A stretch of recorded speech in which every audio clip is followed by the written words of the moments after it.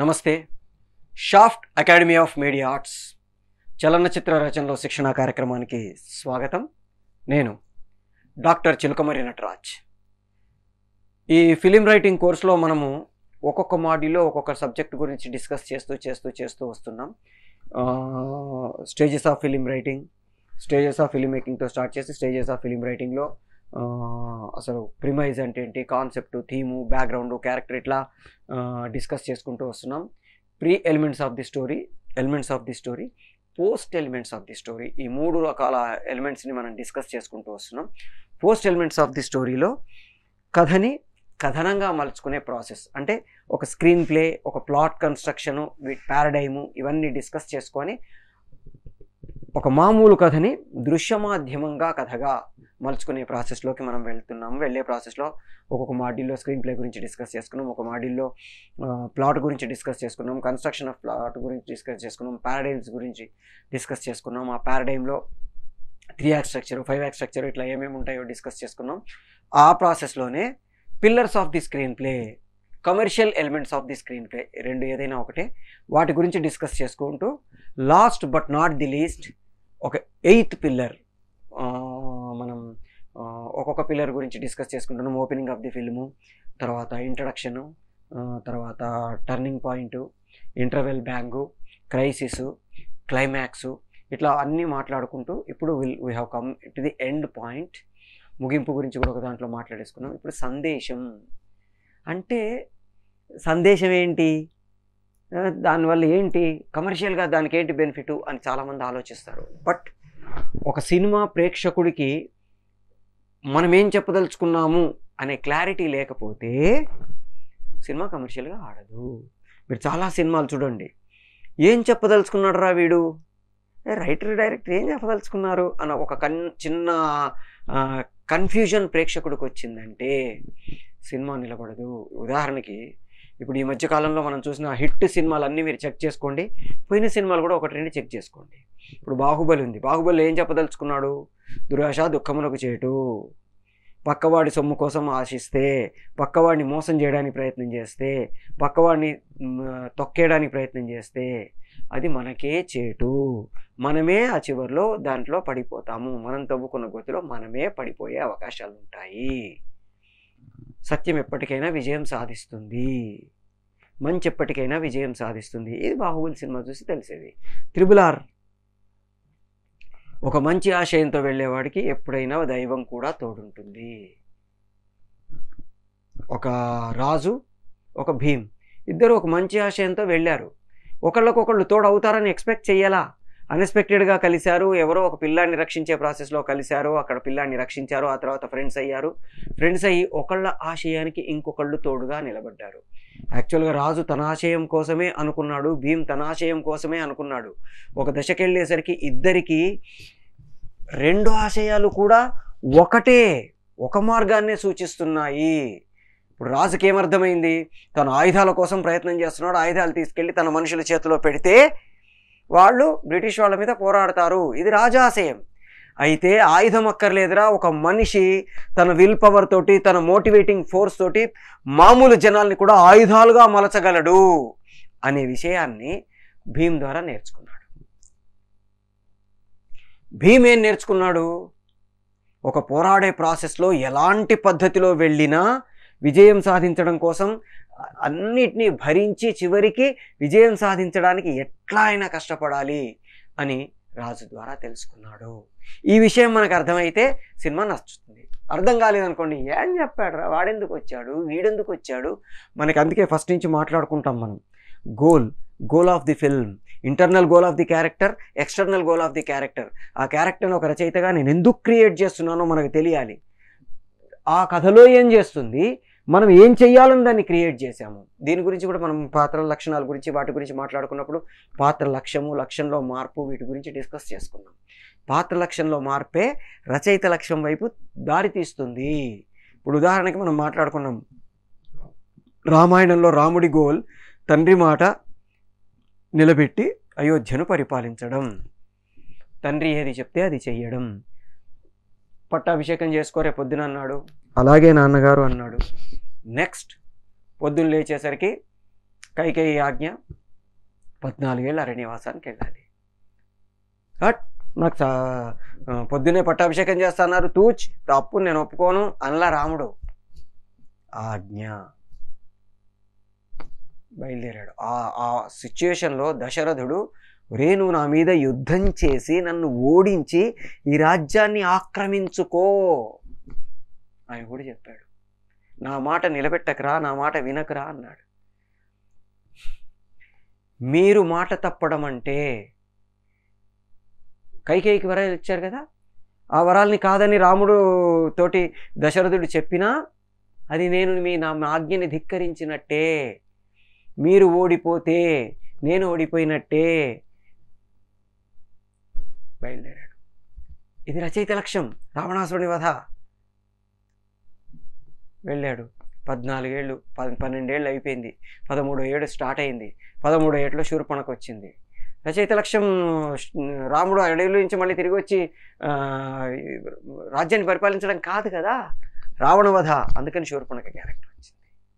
ఇట్లా క్యారెక్టర్స్ని మనం వచ్చేస్తూ ప్రేక్షకుడికి అర్థమవుతుంది, ఓకే రాముడి లక్ష్యం రావణాసుర వధ. ఎందుకు రావణాసురుని ఎందుకు చంపాలి? పరస్త్రీ వ్యామోహం మంచిది కాదు, పరాయి సొమ్ము పాము వంటిది. దానికోసం ప్రయత్నం చేస్తే వాడు 10 తలలున్న రావణాసురుడైనా సరే చావక తప్పదు. ఇది రామాయణం మనకు నేర్పిన నీతి. ఇది కాకుండా చాలా నేర్పాం. తండ్రి మాటను ఎట్లా పరిపాలించాలి, అన్నను ఎలా చూసుకోవాలి, భర్తతో ఎలా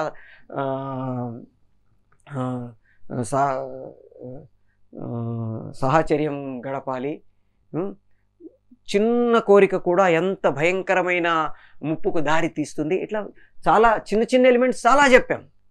బట్ మేజర్ ఎలిమెంట్ ఏంటి? చిన్న చిన్న విషయాలు ఏం చెప్తున్నాం, మేజర్గా ఆ కథ మొత్తంలో కలిపి ఏం చెప్తున్నాం అనే సందేశం ప్రేక్షకులకి ఇవ్వకపోతే ఏం చెప్పాడు రీడు అనుకున్నామంటే సినిమా అవుట్. పిచ్చి కథ అయినా మంచి కథ అయినా ఏ రచయిత అయినా ఏదో ఒక విషయం చెప్పడానికి ప్రయత్నంతో స్టార్ట్ చేస్తాడు. ఆ ప్రయత్నం లోపంలాగా అనిపించకూడదు. కన్ఫ్యూజింగ్ చేసుకొని సినిమాలు చూస్తాం. అసలు ఏం చెప్పదలుచుకున్నాడు రచయిత, ఏం చెప్పదలుచుకున్నాడు ఈ డైరెక్టరు, అసలు ఏం చేయదలుచుకున్నాడు, ఎటుపోదలుచుకున్నాడు, ఎటుపోదాం అనుకున్నాడు, ఇన్ని కన్ఫ్యూజన్స్ వచ్చాయనుకోండి, ప్రేక్షకుడికి సినిమా నచ్చదు. ఎక్కదు అసలు, ఏం చెప్తున్నాడు, ఎటుపోతున్నాడు, ఏం జరుగుతుంది. కొన్ని సినిమాలు చూస్తే అసలు హీరో ఎందుకు వచ్చాడో తెలియదు, ఏం చేస్తున్నాడో తెలియదు, లాస్ట్ 10 నిమిషాల్లో ఎదురు అనిపించేది అయిపోయింది, కథ అయిపోయింది అన్నట్టు చూపించడానికి ట్రై చేస్తారు. ఎక్కదు, ప్రేక్షకుడికి నచ్చదు. ఒక ఇప్పుడు క్లైమాక్స్ దగ్గర నుంచి కథ మొదలుపెట్టినా, అప్పటిదాకా సోదిలాగా అనిపించినా, క్లైమాక్స్ దగ్గర నుంచి కథ నడిచినా అందులో ఏం చెప్పదలుచుకున్నావు. ఉదాహరణకి టెంపర్ సినిమా తీసుకుందాం. ఫస్ట్ నుంచి సోది, లాస్ట్ 15-20 నిమిషాల సినిమా అద్భుతంగా ఉంటుంది. ఒక 15 నిమిషాలు కోర్ట్ సీను, ఒక 10 నిమిషాలు జైలు సీను. ఈ 2 సీన్లు చాలు సినిమాలో మనం పెట్టిన డబ్బులు మనకు రిటర్న్ రావడానికి. 2 సీన్లతో సినిమా మనకు అర్థమైందా? సినిమాలో ఏం చెప్పదలుచుకున్నాడు? ఎంత దుర్మార్గుడైనా సరే ఒక ప్లేస్లో మంచివాడుగా మారే అవకాశం ఉంటుంది. దానికోసం వెయిట్ చేస్తే మంచివాడుగా అవుతాడు. టెంపర్లో దయా అనే ఒక పోలీస్ ఇన్స్పెక్టర్, ఒక కమిషనరో పోలీస్ ఇన్స్పెక్టరో, సిఐఓ ఎస్ఐఓ సంబడి కరప్టెడ్ పోలీస్ ఆఫీసర్, మామూలు భాషలో చెప్పాలంటే అలాంటి కరప్టెడ్ పోలీస్ ఆఫీసరు ఒక దశలో ఒక సీడీ చూసి ఆ అమ్మాయిని వాళ్ళు పెట్టిన టార్చర్ని తట్టుకోలేక మారిపోయాడు.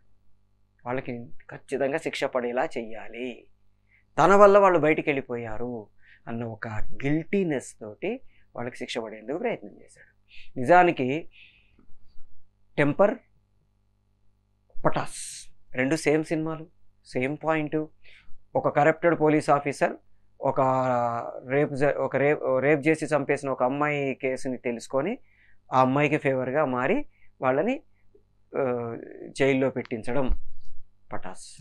ఒక కరప్టెడ్ పోలీస్ ఆఫీసరు ఒక అమ్మాయి రేప్ జరిగిన అది తెలిసి ఆ అమ్మాయికి న్యాయం చేయాలని పోరాడి తను బలి అయిపోయినా పర్వాలేదు వాళ్ళకి న్యాయం చేయాలని చివరిలో వాళ్ళని చంపేయడం. ఇది 2 పాయింట్స్. 2 కరప్టెడ్ పోలీస్ ఆఫీసర్ ఒక రేప్ కేసు వల్ల మారిపోయి మంచివాళ్ళు అవడమే. రెండిట్లలో అదే. అయితే దాన్ని మనం ట్రావెల్ చేసే ప్రాసెస్ కానీ తీసుకెళ్ళిన విషయాలు కానీ డిఫరెంట్గా ఉండడం వల్ల మనకి డిఫరెంట్గా అనిపించింది. దాంట్లో ఏం చెప్పాడు, దీంట్లో ఏం చెప్పాడు, పటాస్లో ఏం చెప్పాడు. పటాస్లో ఈ కరప్టెడ్ పోలీస్ ఆఫీసరు, దుర్మార్గుడు, నీచుడు, కమ్యూనిటీ ఎప్పటికైనా మారొచ్చు అనే పాయింట్ కాదు. అందుకని స్క్రీన్ ప్లే వేరే రకంగా వెళ్తుంది. ఒక తండ్రి తన డ్యూటీ చేసే ప్రాసెస్లో కొడుకును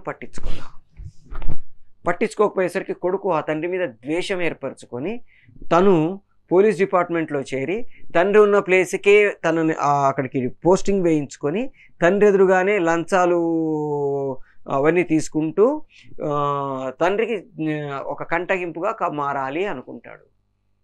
అదే తండ్రి అతనికి తీసుకొని వెళ్ళి అసలు కర్తవ్యం ఏంటి, పోలీసుడు అంటే ఎవడు, అలాంటి పోలీసులు ఎంతమంది త్యాగం చేశారో, అలాంటి పోలీసుల పక్కన నా ఫోటో కావాలని నేను ఎన్నిసార్లు అనుకుంటాను అని చెప్పి ఎవరినైతే నువ్వు రక్షించాలని చూస్తున్నావో ఆ వెధవలు ఒక అమ్మాయిని, నువ్వు చెల్లెల్లాగా చూసుకుంటున్న అమ్మాయిని రేప్ చేసి కొట్టి చంపేశారు.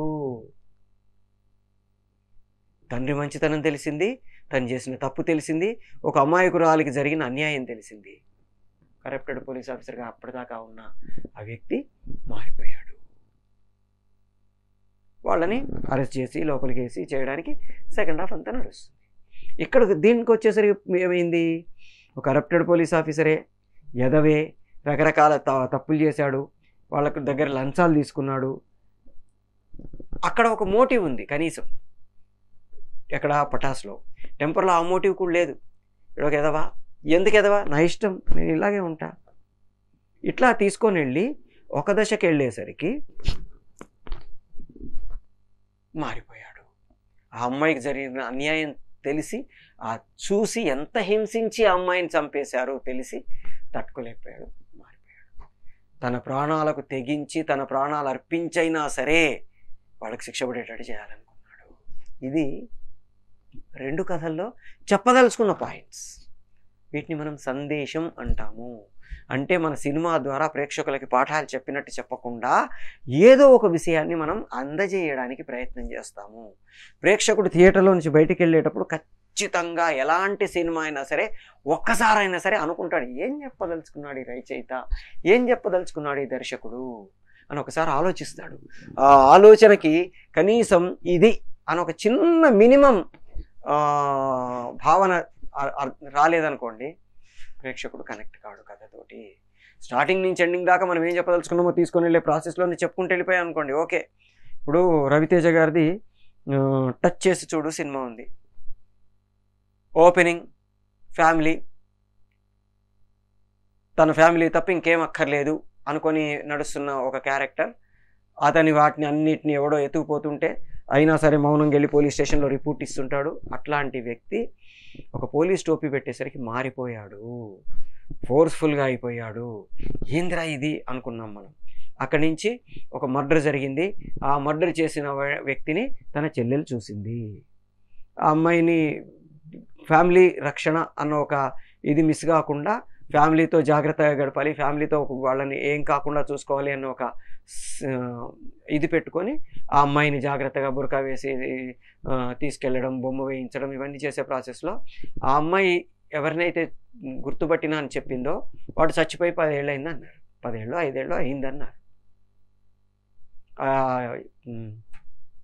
కమిషనర్ వచ్చి తన్ని బూతులు తిట్టాడు, నువ్వు మీ చెల్ల కలిసి నాటకాలు ఆడుతున్నారా, ఇట్లా జరిగింది అని.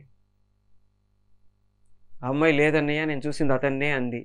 ఇంతలో నిజంగానే వాడు కనబడ్డాడు. వాడిని తరమడానికి ట్రై చేశాడు, వాడు పారిపోయాడు.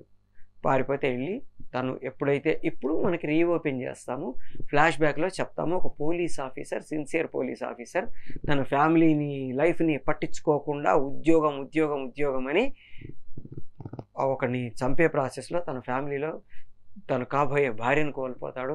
ఫ్యామిలీ అంతా ఒక రోడ్డు మీదకి వచ్చే సిచ్యువేషన్ ఏర్పడుతుంది. ఇవన్నీ మనం ఎస్టాబ్లిష్ చేసిన తర్వాత ఉద్యోగం వదిలేశాడు. ఎందుకంటే వాడు చచ్చిపోయాడు, తన కర్తవ్యాన్ని నెరవేర్చాను, ఓకే ఇప్పుడు నాకు ఉద్యోగం అక్కర్లేదు, నాకు ఫ్యామిలీ ఇంపార్టెంట్ అని కానీ వచ్చి ఎవడో బిజినెస్ చేసుకుంటున్నాడు. ఇప్పుడు వాడు బతికే ఉన్నాడు, తనని కమిషనర్ మోసం చేశాడు అని ఎప్పుడైతే తెలిసిందో ఇప్పుడు మళ్ళీ రిటర్న్ వెళ్ళి పోలీస్ ఆఫీసర్గా జాయిన్ అయ్యి ఆ పని ఈ పని తన ఫ్యామిలీని పోగొట్టుకోకుండా, తన ఫ్యామిలీని దూరం చేసుకోకుండా, తన ఫ్యామిలీకి ఇబ్బంది కలగకుండా జాయిన్ చేశాడు. అంటే ఇక్కడ దీంట్లో చెప్పదలుచుకుంది ఏంటి, నీ ఉద్యోగం ఎంత ఇంపార్టెంటో నీ చుట్టూ ఉన్న వాళ్ళని రక్షించుకోవడం కూడా అంతే ఇంపార్టెంటు అని ఎస్టాబ్లిష్ చేశాడు. అదే ఒక తుపాకీ అని Tamil cinema, the soldier never goes on holiday అని హిందీ సినిమా, రెండు ఒకటే. ఫస్ట్ తుపాకీ చేశారు, తర్వాత అది చేశారు. దాంట్లో తన ఫ్యామిలీని పణంగా పెట్టైనా సరే, తన ప్రాణాలని పణంగా పెట్టైనా సరే దేశద్రోహుల్ని తుదముట్టించాలి అనే టైప్ ఆఫ్ క్యారెక్టర్. అక్కడ అన్నిటికంటే నా దేశం ముఖ్యం అని అక్కడ చెప్తే, నీ ఉద్యోగం ముఖ్యమే, దాంతోపాటు నీ ఫ్యామిలీ కూడా ముఖ్యమే అనే సందేశాన్ని ఇక్కడ టచ్ చేసి చూడలో ఇచ్చాము. గీత గోవిందంలో ఏం చెప్పాము, ఒక మనిషిని don't judge a book by its cover అన్నట్టుగా ఒక మనిషిని చూడగానే ఒక అభిప్రాయానికి రాకూడదు. తర్వాత వచ్చినప్పుడు కరెక్ట్గా డైరెక్ట్గా తన మనసులో ఏముందో చెప్పేయాలి తప్ప ఆటలు ఆడుకోకూడదు. ఇది మనకి గీత గోవిందంలో చెప్పినది. అంతేకాకుండా ఫ్రెండ్ చెప్పినట్టు అడ్డమైన సలహాలు విని పిచ్చి పిచ్చి ప్రయోగాలు చేస్తే ఉన్నది కాస్త ఊడుతుంది. ఇది కూడా గీత గోవిందంలో చెప్పదలుచుకున్న పాయింట్. 3 Idiots ఏం చెప్పాడు మనకి, ప్రిమైజ్ పర్ఫెక్ట్గా చెప్తాడు అందులో. Don't run for success, try for excellence, success will come to you. ఇట్లా ఒక సినిమాని మనం తీసుకుంటే ఆ సినిమాలో మనం చెప్పదలుచుకున్న పాయింట్ ఏంటి, సందేశం ఏంటి, ఇది కన్ఫ్యూజింగ్ ఉందనుకోండి, ప్రేక్షకుడు ఆ కన్ఫ్యూజన్తో బయటికి వెళ్ళిపోతాడు. సినిమా వాడికి అర్థం కాదు, ఏం చెప్పదలుచుకున్నాడు వీడు అనే ఏదైతే ఆ డైలమాటిక్ కండిషన్ ఉందో ఆ కండిషన్ వల్ల ప్రేక్షకుడికి సినిమా ఎక్కదు. అందుకని మనం ఏదైతే సినిమా కథ డెవలప్ చేసుకుంటూ వెళ్తున్నామో ఈ కథ కంప్లీట్ అయిపోయే టైంకి ప్రేక్షకుడికి something we have to present. అది ఒక నీతిలాగా చెప్తామా, ఒక కథలో ఇదిరా మనం చెప్పదలుచుకుందన్నట్టు చెప్తామా, వాట్ ఎవర్ ఇట్ ఈస్, మనం ఎస్టాబ్లిష్ చేసే ప్రాసెస్లో ఒక పర్ఫెక్ట్ క్యాలిక్యులేటెడ్గా మనం అనుకున్న పాయింట్ని ఎస్టాబ్లిష్ చేయగలిగితే ప్రేక్షకుడికి మన కథ నచ్చుతుంది, వాడు ఫాలో అవుతాడు, ఓకే ఇది చెప్పదలుచుకున్నాడు అని ఒక సాటిస్ఫాక్షన్తో ఇంటికి వెళ్తాడు. అప్పుడు కమర్షియల్గా మన సినిమా హిట్ అవుతుంది. సో ఇట్లా మనం చాలా సినిమాలు మీరు అబ్జర్వ్ చేస్తే, ఈ మధ్యకాలంలో పోయిన సినిమాలను అబ్జర్వ్ చేస్తే ఎందుకు పోతున్నాయి అనలైజ్ చేయండి. మేజర్గా ప్రేక్షకుడికి ఆ డైరెక్టర్ రైటర్ చెప్పదలుచుకున్న పాయింట్ ఏంటో అర్థం కాక కన్ఫ్యూజన్ రావడం వల్ల పోయినవే. సో అట్లా మనం ఒక ఈ 8 pillars, right from the opening to message వరకు ఉండే ఈ 8 పిల్లర్స్ని మనం పర్ఫెక్ట్గా సెట్ చేసుకోగలిగితే కమర్షియల్గా మనం అనుకున్న సినిమా, మనం రాసుకున్న సినిమా ఎఫెక్టివ్గా ప్రేక్షకుల్ని రీచ్ అవుతుంది. మన డబ్బులు మనకు రావడమే కాకుండా లాభం కూడా వస్తుంది. సో ఈ ప్రయత్నంలో మనం మన కథలో ఉండే ఎలిమెంట్స్ని పర్ఫెక్ట్గా సెట్ చేసుకుంటూ వెళ్తాం. ఉదాహరణకి స్టూడెంట్ ఒక అబ్బాయి, సార్ నేను ఒక పాయింట్ అనుకున్నాను, దాన్ని మీరు డెవలప్ చేసి ఇస్తారా అని అడిగాడు. నా ప్రొఫెషన్ అది అయ్యా, ఓకే, కాకపోతే నేను డబ్బులు ఇచ్చుకోలేను సార్ అన్న. బయట 1,00,000 రూపాయలు తీసుకుంటామయ్యా, నువ్వు 1,00,000 ఇవ్వకు, 10,000 ఇవ్వు, నీ దగ్గర ఎంత ఉంటే అంత ఇవ్వు, 2 రూపాయలు ఇవ్వు, బట్ డబ్బులు ఇవ్వు. డబ్బులు లేకుండా పని చేయకూడదు అని ఒక కండిషన్ పెట్టుకొని అతని దగ్గర నుంచి మినిమం డబ్బులు తీసుకొని ఆ కథని డెవలప్ చేసి ఇచ్చాం.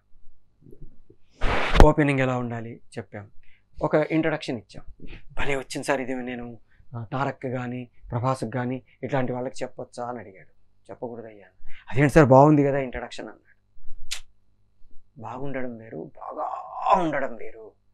స్టార్స్కి బాగుంటే సరిపోదు, బాగా ఉండాలి. అంటే మీరు బాగానే ఉంది కదా సార్ అన్నాడు. ఓకే, ఆ ఇంట్రడక్షన్, బాగా ఉండే ఇంట్రడక్షన్ ఏంటి మనం ఇప్పుడు డిస్కస్ చేసుకుందాం. ఉదాహరణకి ఆ సినిమాలో ఒక జాబ్ మేళా జరుగుతుంది, అందరికీ రెజ్యూమ్స్ ఇచ్చారు.